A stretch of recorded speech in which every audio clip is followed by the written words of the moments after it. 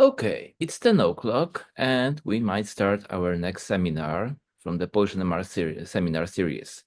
This time we have a unique type of seminar, I hope the first of many, which is not scientific itself, but it relies to problems that I was getting questions by email from many of you about how the situation on the market of NMR looks like and how the procedure of buying the spectrometer looks like. Fortunately, Piotr was recently involved in purchase of two consoles in our institute, and he will tell us the story of how it went and how to what to expect from this process. So, Piotr, thank you very much for this accepting this talk, and the floor is yours. I'll stop my sharing, and you can start yours. Thank you very much, Mateusz, for introduction, but I have problems. It's okay. Let me share my desktop. Do you see it? Yes, we can see it. Okay, thank you very much, Mateusz, for introduction. Good morning, ladies and gentlemen. My name is Piotr Bernatowicz, and I am a person responsible for NMR lab in Institute of Physical Chemistry, Polish Academy of Sciences in Warsaw. And 2 years ago, my directors of our institute asked me to perform an upgrade of our NMR spectrometers. They acquired some money and they wanted me to make an upgrade. In order to let you understand some of the decisions which we have taken during our purchase process, I have to tell you a little about history of our laboratory, which was established in 2006. Before, the Institute of Physical Chemistry had no laboratory, NMR laboratory at all. And it was started by purchase of two Bruker Avance 2 NMR spectrometers, equipped with 300 and 500 excellent wide-bore magnets. And we spent something like 18 years with these machines. We had lots of additional equipment like CPMAS, probe heads for both machines, cryostat with low T goniometer probes and wide line probes on one of our machines. We had lots of liquids and diffusion probe heads for both spectrometers. So lots of additional equipment, and we also connected laser to one of the spectrometers. The laser was triggered by a TTL signal from one of the consoles, and we made lots of papers and lots of work with low temperature experiment with illumination with laser. And this was the base of our laboratory. These two spectrometers were for NMR groups. We also reinforced our laboratory in 2021 with second-hand Agilent 400 megahertz machine.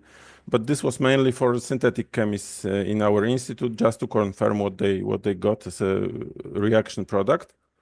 And this was very rarely used by NMR specialists. So in fact, this was a very good purchase, because for 18 years we had almost no problems with our machines, and we were very happy with them. We had some problems with service from Bruker, which started about 2020. But in fact, when we wanted to make an upgrade of our machines, they were still operational. They were working. They had some problems, and they hang some from time to time, and this happened more and more often as they were pretty old. So that we ultimately, when we got some money, we decided to make an upgrade. And since we had lots of additional equipment, like the probe heads, which I told you about, we realized that the best possible solution would be to make an upgrade just of the consoles, to leaving our excellent magnets and additional equipment. So the first idea was to talk to the vendor of our machines. That means broker. And we started asking broker for an offer. And the first contact took place on 21st March 2023. I sent a letter to Broker Polska asking them for an offer. And nothing happened. 1 week, second week, I sent another email and nothing happened again. Then I called them, and after this phone call, I got a response from Bruker Polska that they are not responsible for quotations, and they told me that I should have contacted some other company, which was called RHL Service. Then I made a phone call to RHL Service, and I was asked to send a number of my former consoles, and I was promised an offer. Then I was waiting for 1 week, for the second week, and nothing happened. Then I have sent an SMS with a reminder on something like 21st of April. Hey, guys, I want a quotation from you if possible. Okay, you will get it. Then I was waiting for another few months. And ultimately, I didn't know what happened. Then I contacted Mateusz, and Mateusz had some secret agent in Brucker in Germany. And he asked his secret agent this question, what to do now? Okay, send an email to, and we were given an email to micro diffusion and micro imaging and diffusion department. We have sent an email there that we want quotation. And then something started to happen.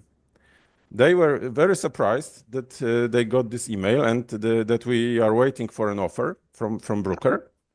They told us that they didn't know before and that they learned from micro imaging and diffusion department that we are waiting for this quotation. But they were really very surprised. So first quotation I got on 15 June, so almost 3 months after I started asking for the quotation. And nothing happened again. We wanted to discuss this, but nobody wanted to come to us until Mateusz convinced Bruker representative during the conference, Euromar conference, that they may not be the only company offering spectrometers, and we are almost ready to sign a contract with the competitors. So ultimately, Bruker representative came to us on the 27th of July 2023. So from the first contact from our side to this moment when we have met, there was something like 128 days. Not bad, I would say. So we were surprised with this problem because I thought that getting quotation should be simple, but it was not, actually. Okay, but in the meantime, we had lots of time and we decided to look for Bruker's competitors. Then I knew what to expect from variant consoles. I knew what to expect. I know that I knew that what we could expect from Bruker consoles.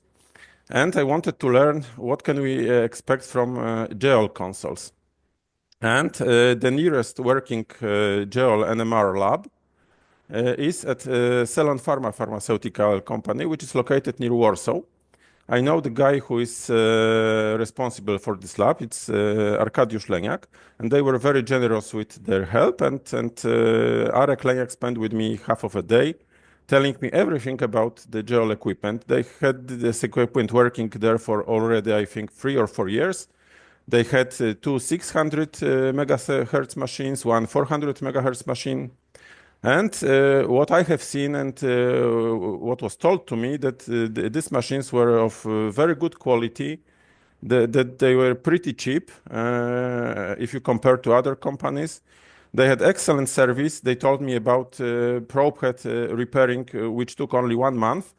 And you must remember that repairing probe head with Bruker is something else than repairing probe head with GEOL, because GEOL is not in European Union. its headquarters is located in Japan, so you must send a probe head to Japan. So all the process of repairing a probe head took something like 1 month. They sent this to Japan, it was repaired, and then it came back within 1 month. And if they wanted to replace electronic board, it took something like 2 or 3 days because this was replaced. The replacement came from France during 3 days. Yeah, and GEOL also delivered something like 5 years warranty for their equipment. And I was really surprised with the high quality and all the conditions from GEOL. And I started talking to GEOL. First, I told them that if possible, we would like to retain our magnets and we would like to make just an upgrade of consoles. And they told, no problem, we can do it. But please send us schemes of your technical drawings of your magnets. Then I've sent them technical drawings of the magnets. And they send it to Japan to engineers which analyze them. And after about a month, I got a response that it's not possible to make an upgrade of widebore magnets, but instead they can provide me with a quotation for new consoles with magnets. Okay, no problem. But I want widebore magnets if possible. No problem, we can give you quotation for widebore magnets. But you know, the widebore magnets is an old technology, it will be expensive, you may expect delays with production. But if you want, we can give you quotation. Okay, so please give me the quotation. Oh, but you know, we have better quotation for the narrowbore magnets. And we can give you better, we can make a better deal with narrowbore magnets and so on. Then okay, no problem.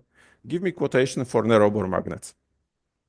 And I got quotation, which was very competitive. I got quotation for 500 machine and 400 megahertz machine because GEOL is no longer delivering 300 megahertz magnets as we wanted.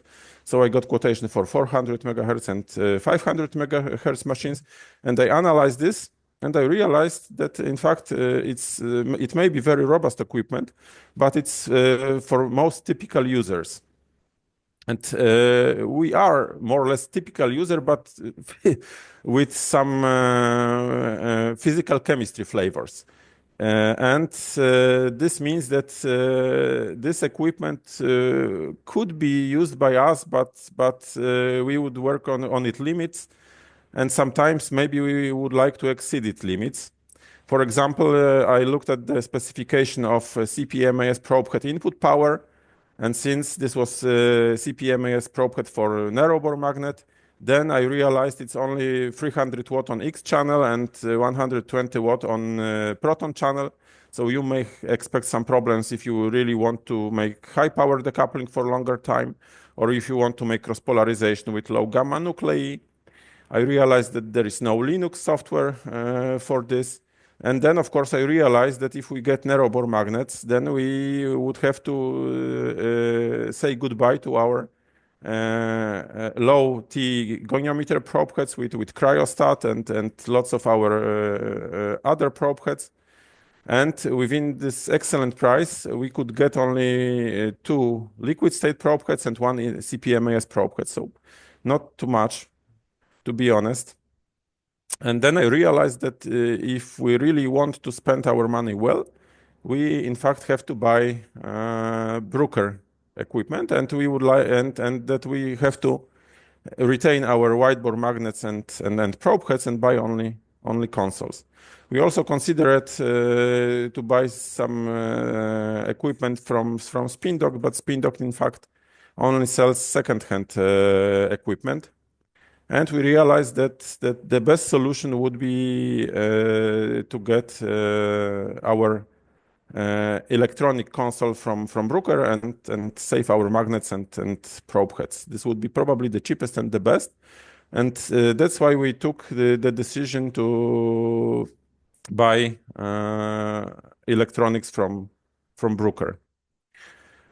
And at the beginning, it really went brilliant because Bruker delivered our 300 megahertz console on time, even before time, 3 months before time, before the deadline. they made an upgrade within something like 2 weeks. And there were two technicians doing this. They worked very hard and they were very competent. And the equipment worked fine, apart from one part, which was a lock transmitter, which came broken. This was told by the engineers. And here I want to tell you about this episode because it's quite interesting. It's I call it core-tap episode. What is core-tap? Core-tap is something. It's an acronym from correction table. If you have your amplifier in your spectrometer, it's told to be linear. It's really not linear because it's linear on the logarithmic scale. So if it fulfills certain equation, logarithmic equation, decibel, then you can recalculate power using this equation. And if you are going to work in the high power region of this amplifier, then this amplifier becomes non-linear. That's why Bruker introduced something which is called core-tap. In fact, you calibrate your power in this high power region, and you store special table on a disk so that the spectrometer knows what's the real power at a certain attenuation level. This core-tap was not necessary in TopSpin version 2, so we used our old consoles for almost 20 years without doing this procedure. Then, when we had our old consoles, we had to make an upgrade of TopSpin from TopSpin 2 to TopSpin 3. And then we realized that this core-tap procedure was necessary. We had to make this calibration. And we asked Bruker for quotation for this, and the quotation was not cheap. I will not tell you how many thousands of euros it was, but it was not cheap. So we wanted to make it by ourselves, and surprisingly, to me, it was not very difficult, and it was possible. We had to buy two attenuators, two big attenuators, and some minor attenuators. We spent something like 500 euros for this. And we performed this calibration, core-tap calibration by ourselves. And here, when we got this broken amplifier with our Avance Neo and console and TopSpin 4, then after replacement of this lock transmitter, the Bruker engineers told us that we still cannot use this machine because the Avance Neo knows that we replaced this transmitter and we have to perform core-tap. Okay, no problem. I performed the core-tap, so I have all the attenuators. You can use it. We can do it even together. Within one day, we will be ready. Oh, no, it's no longer possible, I learned. If you want to make core-tap, you must have something which is called core-tap box, and this is equipment which you must get from Bruker. So they ordered this core-tap box from Bruker. We got this core-tap box, and then within one day they performed this calibration. But the conclusion is that the philosophy of the company changed, because earlier we could make this core-tap procedure by ourselves. We could buy, for example, second-hand lock board. We could replace it by ourselves. And now, if we want to replace such a board, we must ask Bruker for core-tap box, and we must probably pay for this. I don't exactly know how much, but that's a new reality, and it's really very educative. In my opinion. And apart from this core-tap episode, everything else went very smoothly with our 300 console upgrade. And I didn't really expect any other problems with 500 megahertz console. But the delivery of the machine was delayed a little bit, something like 2 weeks, and we got the console with one probe head. The other probe head was missing because we ordered with our 500 console, we also ordered two CPMAS probe heads. And the first probe had arrived with console after with 2 weeks delay, and the last probe head, so the second probe head, was delivered in March. So the delay was something like 5 months. And it was not the only problem with the installation of the console, because when I was working with our old console and our old liquid state probe head, accidentally I burned a gradient coil in our old second-hand BBO probe head, and this happened in October 224. It was just after delivery of the new console, but 2 months before the planned installation of this console. So I realized that in fact that we will not be able to use this probe head for installation, and I wanted to repair this probe head. Since replacement exchange of the gradient coil is not a big deal, and if you know how to use soldering iron, then you need something like 1 or 2 hours to replace it. Then I asked Brooker for quotation for a gradient coil. And after a few weeks, something like about a month, so I was quite stressed because it was very little time to the installation, and then we still had no liquid state probe head working. I learned from Brooker that gradient coil is not a spare part, and I cannot it cannot be sold by Brooker to me. And if I want to repair it, I have to send the probe head to Brooker.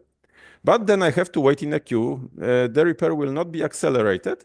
So if I don't have a probe head for installation, then they will lend us a probe, liquid state probe head, and the installation will be performed with this liquid state probe head, which will be which we can borrow from Brooker. And fortunately, this second-hand BBO probe head was not purchased by us from Brooker, but it was purchased from another company. And the representative of the other company brought us this gradient coil. So we were able to replace the gradient coil, and at the time of the installation, fortunately, we had this BBO probe head in a good condition and fully operational working. And the same engineers which installed 300 megahertz machine came to install our 500 megahertz machine. They did it within 2 weeks. And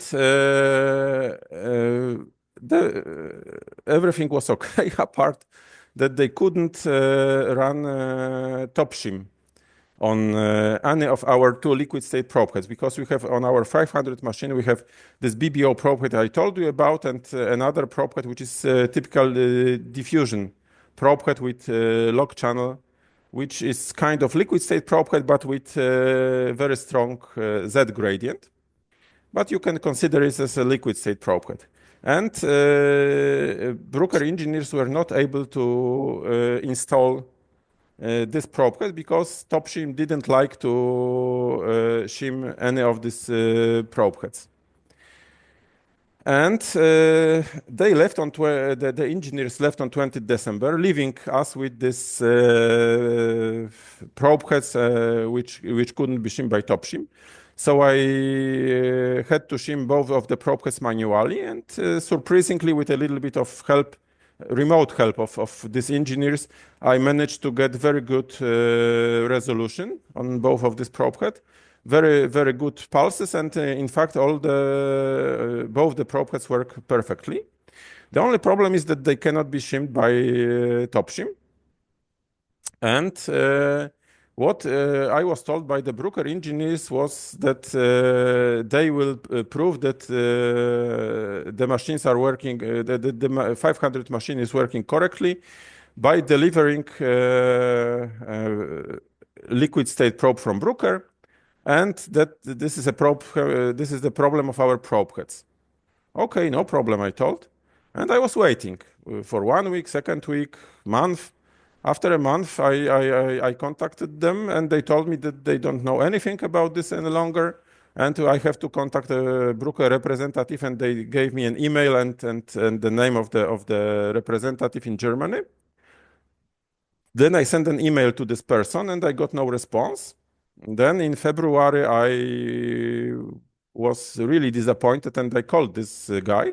This guy told me that he doesn't know exactly what to tell me and he will contact the factory, beware the factory of the probe heads. And after this contact with factory, he will call me back. And this was in February. And since February, nothing really happened. I have no further contact, no callback. The spectrometer 500 megahertz machine stands and the console works, but we don't know really if we can use it because it has not been accepted. The probe heads are solid state probe heads. We are afraid to use it because it's quite easy to damage it. So they are just left where they arrived, and we are waiting for Brooker to install them, and it's something like 7 months after the deadline, and nothing happens. And I cannot learn what is going on. I don't understand. I wrote to this guy in Germany that the loaned probe head is not a solution because in our contract, it's written that Brooker is responsible for integration of the new consoles with probe heads and magnets. So it's not enough that they integrate this with the new consoles with their probe head, that they have to integrate it with our probe head. And it seems that they are not going to do it because nothing happens, as I told you, since 20th of December. And in fact, I don't know what to do. And there is no communication, in fact, with Brooker. That means I can call the Brooker engineers in these Polish engineers who installed this, but in fact they don't know what to do because they do what they are told by this guy in Germany who is responsible for the installation. And to be honest, we are left on our own fate. And one more point which I want to mention is that if you really buy a console from Brooker now, you cannot assume that it will be a little bit better than it was the console of the former generation. And in fact, everything you have to check. For example, you cannot assume that the new console will have BSMS keyboard because it was present in Avance 2 console as a standard equipment. Now it cannot be installed and it's not delivered. We also expected that, for example, if we controlled with Avance 2, we controlled our laser, that we will have also output connector for this TTL signal, and we can do it with new console too. And surprisingly, after the delivery of the console, we learned that this controller is no longer present in the console. And if we want to have it, we can buy it. But then Brooker realized that it may not be fair, and they delivered this TTL controllers for both consoles without any additional charge. But the conclusion is also that the philosophy here has a little bit changed.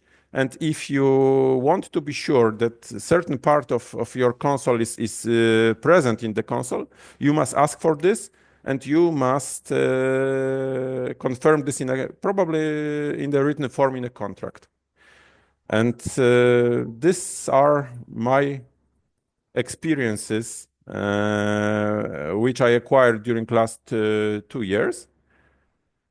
And the conclusion is said that if you buy spectrometers on the current market, funding acquisition may not be the most difficult part, and acquisition process is something really much more difficult than it was 20 years ago. And I think that's all what I wanted to tell you, and thank you very much for your attention. Thank you very much, Piotr, and we are open for the discussion. If you want to ask questions, please turn on your camera and microphone. If you have some technical difficulties, you can ask the question on chat.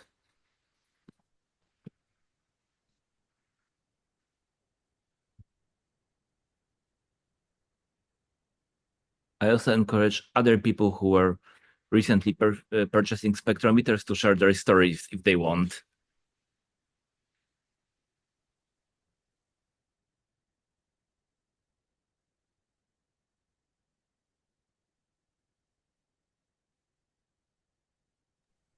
Hello, everyone.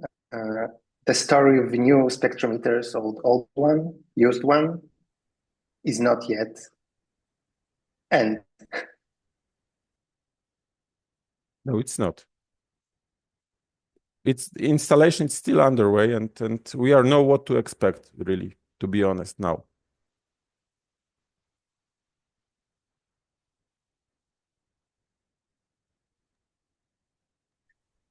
I wasn't from the beginning.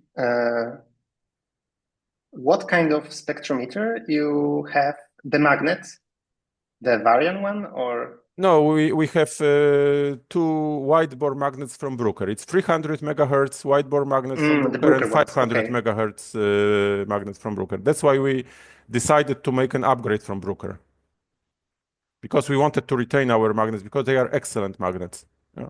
It's very robust Yeah, equipment. it makes sense, but it does not work. So yeah.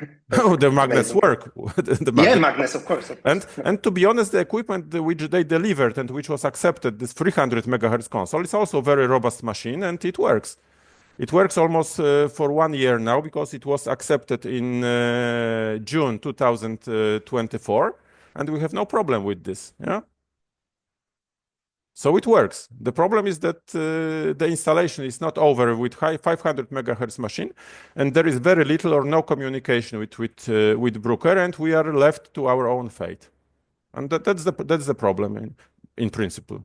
They even didn't take the money, but they also didn't install the spectrometer, and it seems that they don't care about this. So it's quite strange situation. I would never expect something like this, because I had very different experience when we bought spectrometers 20 years ago. Because 20 years ago, in 2006, whenever I had a talk with Gerd Wolf or Detlef Miller, everything happened very quickly. 2 days, 3 days, and for example, when we had a problem with our CPMS probe head at the installation time, they repaired this within 1 week, and was no problem. Now 1 week, it's typical time for response, or even longer, not for repairing. Yeah.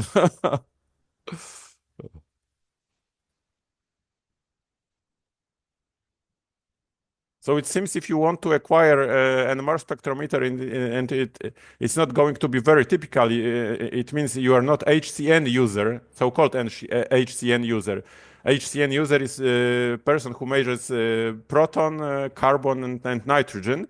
So if you want to measure boron or something like this, or you want to go to lower temperature or something like this for longer time, then you have a problem, in fact.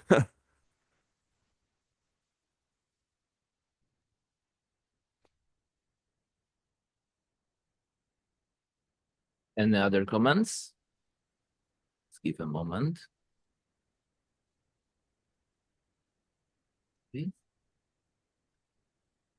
Okay. Didn't seems like there is anyone else want to comment on this presentation, so let's have a presentation of information about the next seminar. So our next seminar will be in 2 weeks, and it will be given by Professor Piotr Młynarz from Faculty of Chemistry, Wrocław University of Science and Technology, and the topic would be application of NMR spectroscopy in metabolomic studies.